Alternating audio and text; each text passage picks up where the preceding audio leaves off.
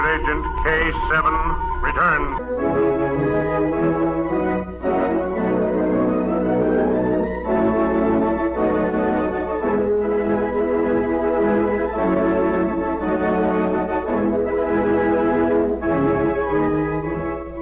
America's #1 adventurer, K7, former United States secret agent who operated in 22 countries, on land, on sea, and in the air, brings you a story of today. We take you to Secret Agent K7's headquarters. This is K7 speaking. Send in Special Agent Z for assignment. At once, K7.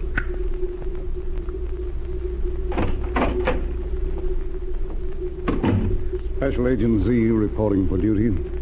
Agent Z, I have an unusual assignment for you. You are to accompany a certain high-ranking official on a secret mission to the Far East.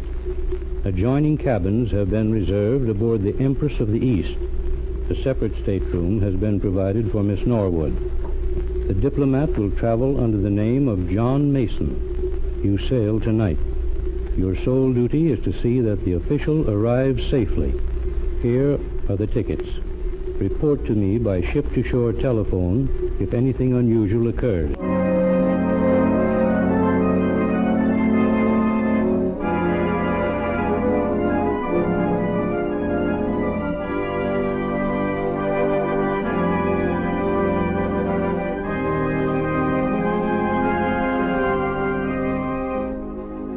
Early that evening, Agent Z and Pat watched as passengers boarded the great liner that was to carry them to the Orient.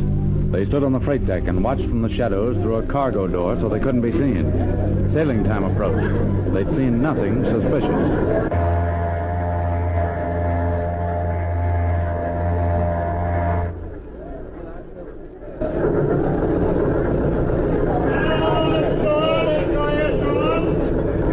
Everyone's aboard, Z.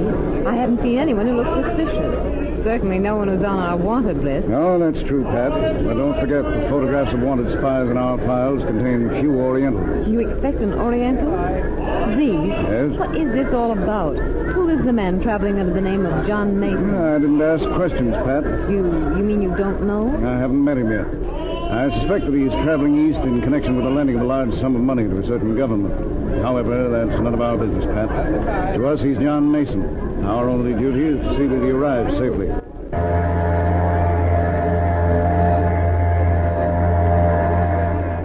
They're pulling in the gangplank. Yes, it's time for us to go to our cabins. I want to meet the man I'm traveling with. Well, Pat, here's where we separate. What do you mean, Z? For the time being, we're to be strangers. We won't be seen together aboard ship. I'll send my instructions to you. Keep your eyes open. But Z, we watched everyone come aboard. We won't have any trouble. I'm not so sure, Pat. Now, let's go to our cabins.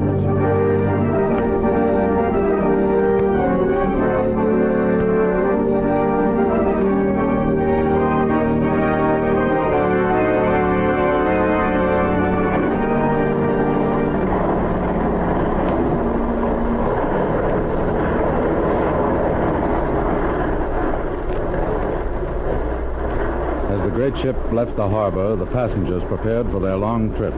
On deck, a small man called for a deck chair. Steward, bring me a deck chair. Place it here by the companionway. At once, Excellency. Is he aboard? Yes, Excellency. Cabins 14 and 15. A deck. Good. Thank you. Excellency, there are two who travel with him. A man occupies cabin 14. There is also a girl. She is in A deck 21. You are sure? Yes. They watch the passengers board from the cargo deck. Then they will be taken care of. That is all, Steward. Thank you.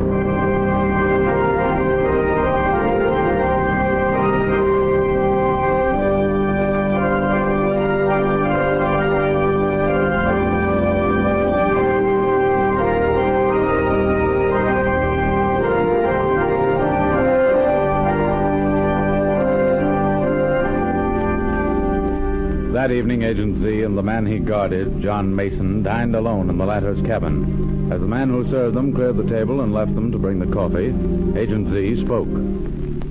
Mr. Mason, while we're alone, there are several requests I want to make. I am in your hands, Agent Z. Well, for the first few days, I don't want you to go on deck alone. It has been arranged for the captain to introduce you to Miss Norwood this evening. She and I will never be seen together, but you are to be with one or the other of us whenever you are out of your cabin. If Miss Norwood is the young lady in 21, being with her will be a pleasant experience. But isn't it usually the man who protects the lady? Miss Norwood is as efficient as she is decorative, Mr. Mason. Here's our coffee.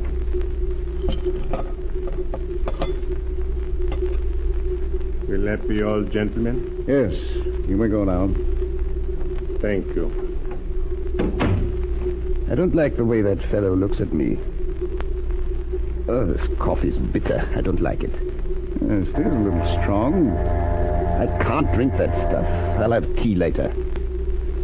I say, what are you doing over there at the drain? Oh, nothing. Our waiter failed to leave finger bowls. Oh, I'm sleepy. It must be the sea air.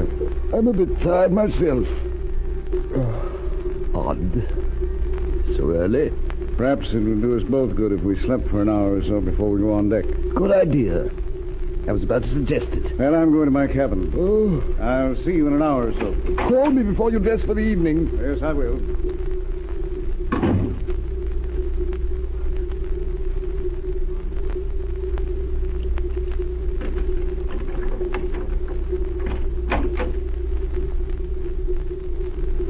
Drug has worked. They both sleep. Good. You will stand guard here in the passageway. If anyone comes this way, knock on the door as if you had been called.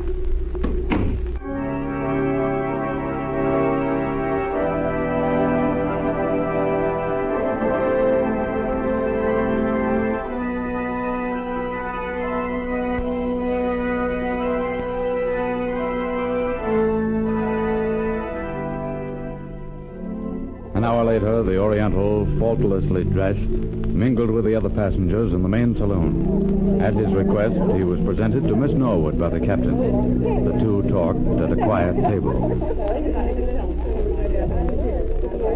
You travel alone, Miss Norwood? Yes, I'm all alone this trip.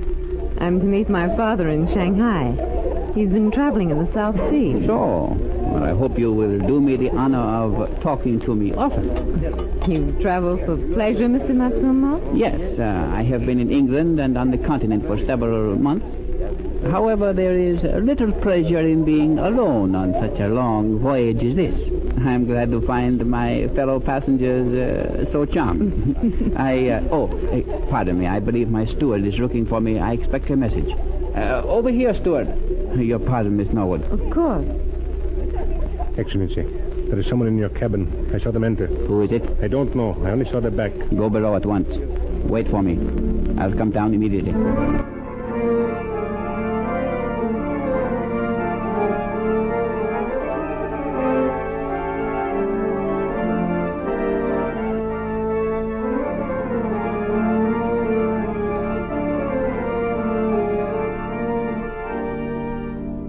The Oriental made his apologies to Pat and went below. A moment later, Pat followed him. Below, he let himself into his cabin.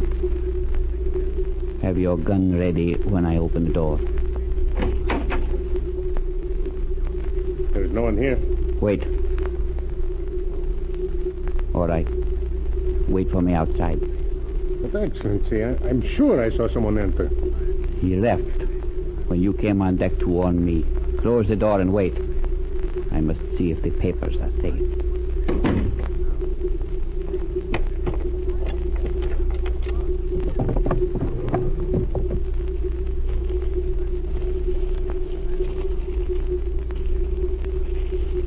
Don't attempt to move, Matsumoto. What are you doing here? I think you know. Mr. Mason drank some of your drugged coffee. I poured mine down the drain. I saw you steal the papers and bring them here. I knew that if I hid behind your shower curtain, you would show me where you had them. I'll take them. Steward. It'll do no good to call for help from your steward. Unless I'm mistaken, Miss Norwood already has placed him under arrest outside. Well, Pat? I have the stewardcy. Good, Pat. Matsumo, this ship is under the British flag. I have the authority to place you under arrest as a spy. Z, he swallowed something. Quick, the telephone, Pat. Send for the ship's surgeon. Yes. That will not be necessary. The drug I took is powerful. In my country, an officer who has failed his superior prefers death.